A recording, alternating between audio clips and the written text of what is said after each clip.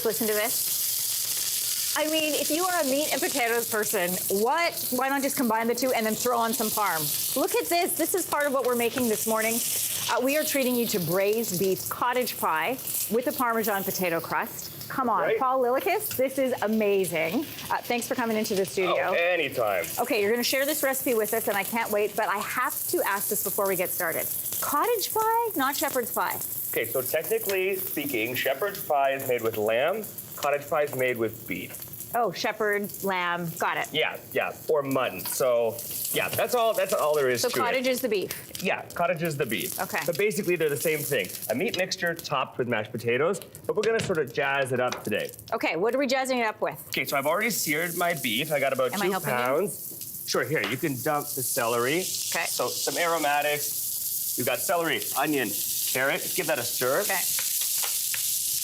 And I tried to make this simple with things that, you normally have around the house. So, you may or may not have some Cabernet Sauvignon. Oh. You could also do, some sherry. Okay. Okay, or if you don't have that, you can just add some kind of a juice, something with sugar. So you could even use, like an apple juice.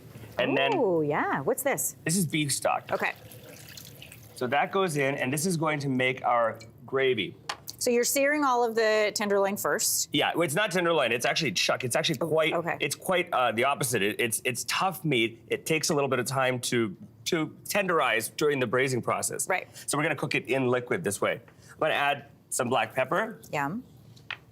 Some sea salt. Okay.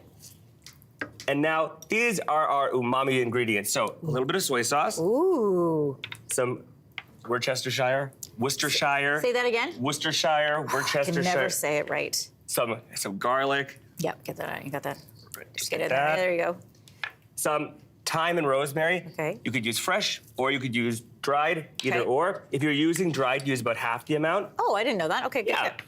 And oh, that smells good. Prepared horseradish. This with beef, horseradish. People might not think to add it to the braising liquid. Horseradish, yes. This is a secret ingredient. Okay. And some tomato paste. So horseradish and soy sauce. Those are two things I would not have thought. If you don't have horseradish, prepared horseradish, just use a little Dijon. Gives it a little bit of spiciness. Okay, so we're stirring this up, cooking this down. Stirring that up, and then I'm adding cornstarch mixed with water. Okay. That will thicken it as it cooks. You want to make sure it's totally dissolved. Okay. And then your beef goes right back in with all those juices. Okay.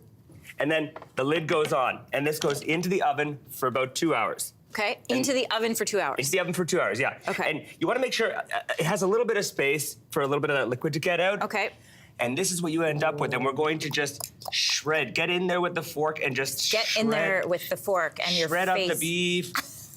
And our vegetables are tenderized, and as you can see, it's sort of in its own gravy. Yeah. And now I've made a mashed potato mixture that just has some butter, sea salt, and Parmesan on it. Can I just eat that plain first? Totally. Okay, and also there's a QR code on the screen, so make sure you scan that to get this recipe. Yum. And this, we're just going to pile it on. Oh yeah, right, that goes there. That goes on, and then, as you can see, I'm just going to sort of thin it out. It doesn't have to be perfect. Cottage pie, it's supposed to be rustic. And then we broil it. And so, as you can see over there, that Parmesan that's in there and that little bit of butter, it makes it sort of develop this beautiful crust on the top. You can take that right to the middle of the table, and it's just, Can I steal your spoon?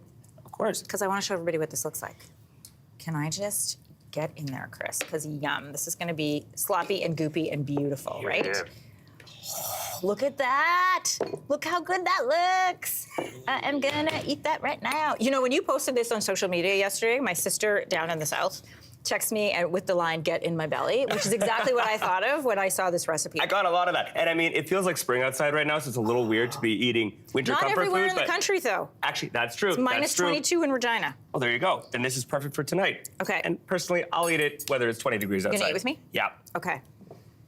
Okay, so we've got the parm. Mm-hmm. Yeah, I'll just eat this all week. Delicious, eh? It's really, really good, really good. This is one of your favorites? Absolutely. Okay. That little bit of Parmesan makes such a difference. All right, you take care of whatever's happening over there. Oh, yeah. And reminder, everybody, scan the QR code.